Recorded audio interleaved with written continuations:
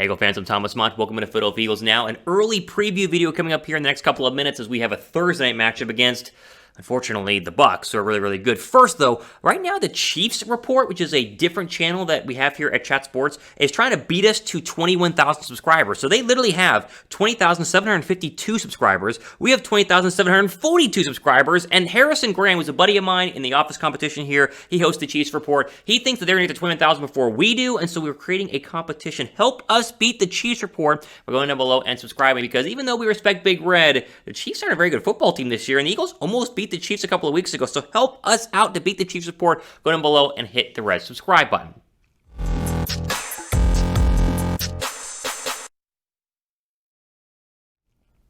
All right, let's jump into our preview here as we take on the Tampa Bay Buccaneers on Thursday night. Now, as you take a look at the graphic, you see there at the bottom the line, what the spread, I should say, over-under, the line, what the Vegas people are thinking in terms of this game. And you see that -7. That means the Bucs are 7-point favorites, which means what we all understand is that the Bucs are heavily favored in this game, and the chances of the Eagles winning aren't that great. Now, I could end the video right there and just say, like, Eagles probably won't win, whatever, chalk it up as a loss and move on. And honestly, I don't think the Eagles are going to win this football game. And I think if you dig deep down inside your Eagle-loving heart, you would agree that the Eagle defense has struggled against good quarterbacks. Tom Brady is balling out. Therefore, the Eagles probably are not going to go ahead and win. However, I'm not counting the Eagles out, and there are some keys to the game we're going to get into later on in this video where I think they can expose a banged-up Bucs team and a Bucs secondary especially that has not been very good statistically so far through the first couple of weeks. We start, though, with one Tom Brady. Now, the Eagles have played Tom Brady. The last time they played Tom Brady was actually in Super Bowl 52, all the way back in 2017. So it's been a long time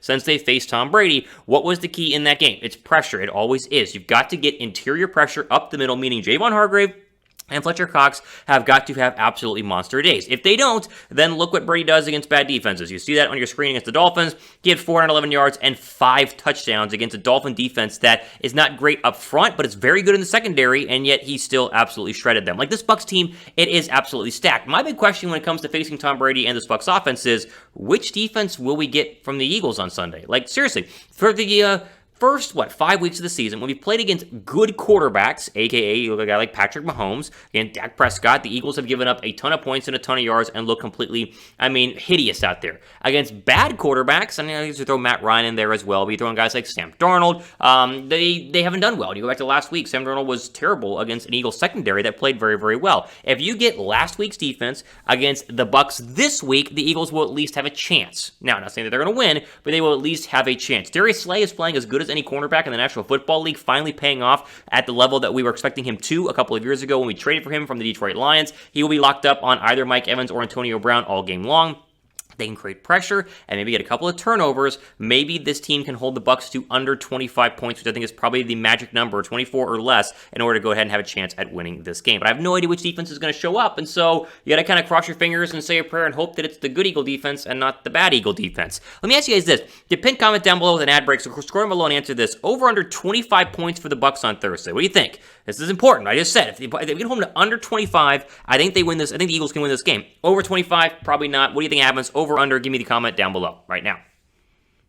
All right, now speaking of the Bucs offense, the injury report for the Bucs is massive. They are an extremely banged-up football team, and there's a lot of, not going to say fake news, is a very hot topic word that goes around all the time right now in the media, but there's news in terms of Tom Brady being hurt, but I think we're going to break down who is expected to play on Thursday night versus who is not going to play on Thursday night, although this can all change as it is only Tuesday. So here's what we know as of Tuesday. Brady was listed on the Bucs injury report. He has a little bit of swelling in his throwing thumb on his right hand. However, as he told the media, he was limited in practice yesterday, but he's expecting to go on Thursday. I'm not going to say that he's for sure going to play, but it's like 95 to 99% sure he will go ahead and play on Thursday. And so don't believe the hype that, Brady's banged up, he's not going to play. No, he's probably going to be out there. Likewise, Antonio Brown, he has a knee issue that's been there the past couple of weeks. He played last week, got a touchdown.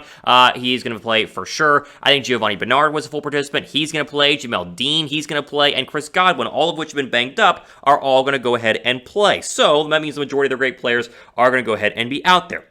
Now, flip over to the guys who I don't think are going to play, or at least have a longer chance of doing so. Levante David has an ankle injury. He did not practice yesterday, not going to practice today. I don't think he will go. That can change. Don't quote me on this, but that's what we've read and heard so far in terms of the Bucs injury report. Rob Gronkowski has a chance to play. It's a slim chance. He comes back from what was a punctured lung and some cracked ribs or bruised ribs, whatever it was. He has not participated, but they've not ruled him out. That'll be a game time decision. I would bet he doesn't, but don't be shocked if he's out there for a couple of plays. Same with a guy like Jason Pierre-Paul. I think he is going to play. He was limited in practice with a shoulder injury. And then a guy like Antonio Winfield, Antoine Winfield, excuse me, he's in concussion protocol. He's not practiced yet, but still has a chance to go ahead and play. So they are banged up, but it's not to the level that you might read if you were just going through Twitter and being like, oh my gosh, Brady was limited, AB was a full participant, oh my gosh, Gronk is out, Levante David. Like, it's not as bad for the Bucs as it does seem here from the injury report. All right, before we get in my keys to the game, we're going to go ahead and take a look at our sponsor and the bets of the week with our friends at BetUS. Go to chatsports.com/EaglesBet.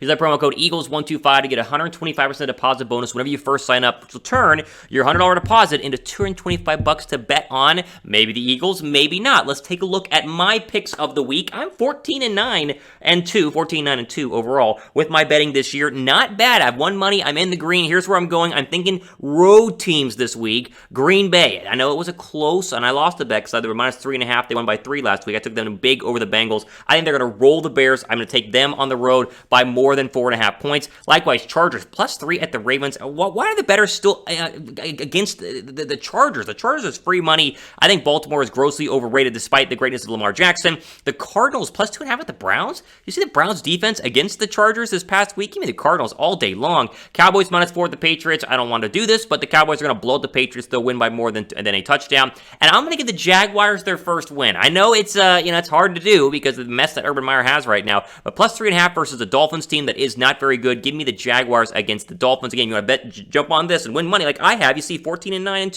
Go to chatsports.com/EaglesBet. Use that promo code EAGLES125. Get that 125% deposit bonus whenever you first sign up.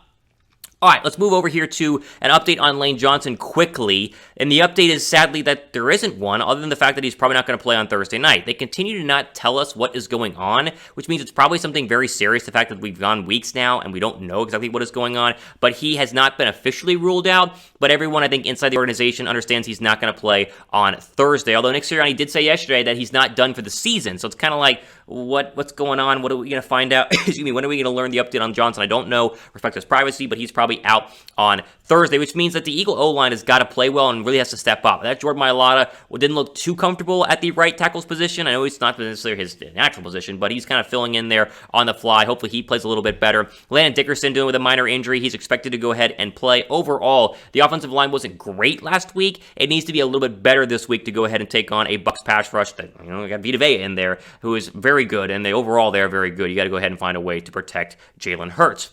All right, before we get into my keys, what is your confidence level in the Eagles going into Thursday night? Scale from 1 to 10. Are you like super pumped and you think the Eagles have a chance, or do you think the Eagles are going to get blown out? I'm kind of somewhere in between right now. Scale 1 to 10, though, give me your thoughts down below in the comments section. All right, keys to the game. We do it every single week. Let's start with number 1. Jalen Hurts must protect the football. Now, the fumble by Devontae Smith wasn't his fault, but a couple of the throws in the game against the Panthers make you kind of go like, what are you doing, Jalen? I mean, that deep ball to the tight end on the left side that was overthrown, he's got to protect the football a little bit better. He normally has been very, very protective of the football. It's one of the things I like about him versus watching, for instance, Carson Wentz on Monday Night Football, where he naturally has a fumble almost every single week, and I'm very glad that is officially in our past. But Hurts has got to hang on to the football, cannot give Tom Brady short fields, and I'm expecting if the Eagles want to win this game, they have to do it in shootout fashion, meaning you can't be turning the ball over. You got to be scoring whenever you have the ball on offense. Number 2, keep mixing it up on defense. We finally saw a couple of changes last week against the Panthers, and it actually worked. It's amazing what happens whenever you don't play the exact same coverage every single down to where a good quarterback can sit there and carve you up. Now, if they don't mix things up against Tom Brady, he's going to sit back, pick apart his zone, and it's going to be a long night, and we're going to be pulling our hair out, questioning whether Jonathan Gannon can actually coach in this league. But if they can continue to get pressure and continue to mix things up on defense, then maybe, just maybe, and I say that very, very, respectfully, maybe they'll have a shot to go ahead and beat up on Tom Brady. Key number 3, I said I'd say this every single week until they started doing it. They did not do this past week, so we'll say it again. Run the damn ball, right? We said this every single week. Why can't we have a 20-carry Miles Sanders 100-yard rushing game? Like why not? I know that they did a little bit more against Carolina. They could try a little harder to run the football, but overall, they have not committed to the run. If you want to go ahead and beat the Bucs, it means you got to keep the ball out of Tom Brady's hands, which means you need long, sustained drives, which means you've got to run the football. So run the ball. We keep saying it every single week until they start. We're going to keep mentioning it as it is a very important thing in my opinion. Where you can get the Bucs defense though is by attacking the Bucs secondary. They're extremely banged up on the outside. We talked about Antoine Winfield possibly being out with a concussion. Richard Sherman is one of their top cornerbacks right now. It shows you how banged up they are right now. Devontae Smith, Quez Watkins, maybe even Jalen Reagor, these tight ends attack this secondary. It's the weakness of the defense. You saw the Rams do it in that home win over the Bucs a couple of weeks ago. The one loss that Tom Brady has had so far this year. They had great interior pressure on defense, and they attacked with those wide receivers that the Rams have that are so great. Deshaun Jackson had a big day in that one. I think you'll see a very similar scenario where Hurts is going to throw the football and try to get the ball down the football field. You got to attack this defense in order to win. Finally, and I guess we keep saying this every week because it hasn't changed, how about less penalties? Like please, can we please have less penalties? Now, they only had 6 this past week, but as we talked about in our video yesterday, there was a couple that still took points off the board. And the one where you have the illegal screen, you know what they need to do? This is like a bonus key. They need to have a pick play that is legal for a touchdown this Thursday. That would be unbelievable. The cheering from the Eagle crowd up there at Lincoln Financial Field would be through the roof. I hope that is the case. Less penalties, please. That needs to happen. All right, score prediction for me. I've picked against Philadelphia once so far this year, and I have been correct, and I was correct about it. I picked against them against the Chiefs. I was right about that. I'm taking the Bucs in this one, 31-20. I hope I'm wrong. As always, I don't want the Eagles to lose. I just don't know how they're going to slow down the Tom Brady and the Bucs on defense. But the Eagles are 7-0 in their last 7 Thursday night games. It's the longest Thursday night winning streak in the National Football League. Maybe the Thursday night gods will shine upon them yet again and get a win against Tom Brady that would at least create a lot of respect nationally for people in the Philadelphia standpoint. All right, give me your score prediction down below right now in the comments section. How wrong am I in terms of saying Bucs 31, Eagles 20? I want your thoughts down below right now. And as always, we mentioned at the beginning, we're trying to get to 21,000 subscribers before the Chiefs report. So if you want to help us beat out Harrison Graham and those nasty Chiefs, go ahead and go down below and hit that red subscribe button. We would greatly appreciate it. Again, I'm Thomas Mott. Here's our preview. All the time we have for today on Blowout Eagles Now. I'm Thomas Mott signing off to the rest of your day.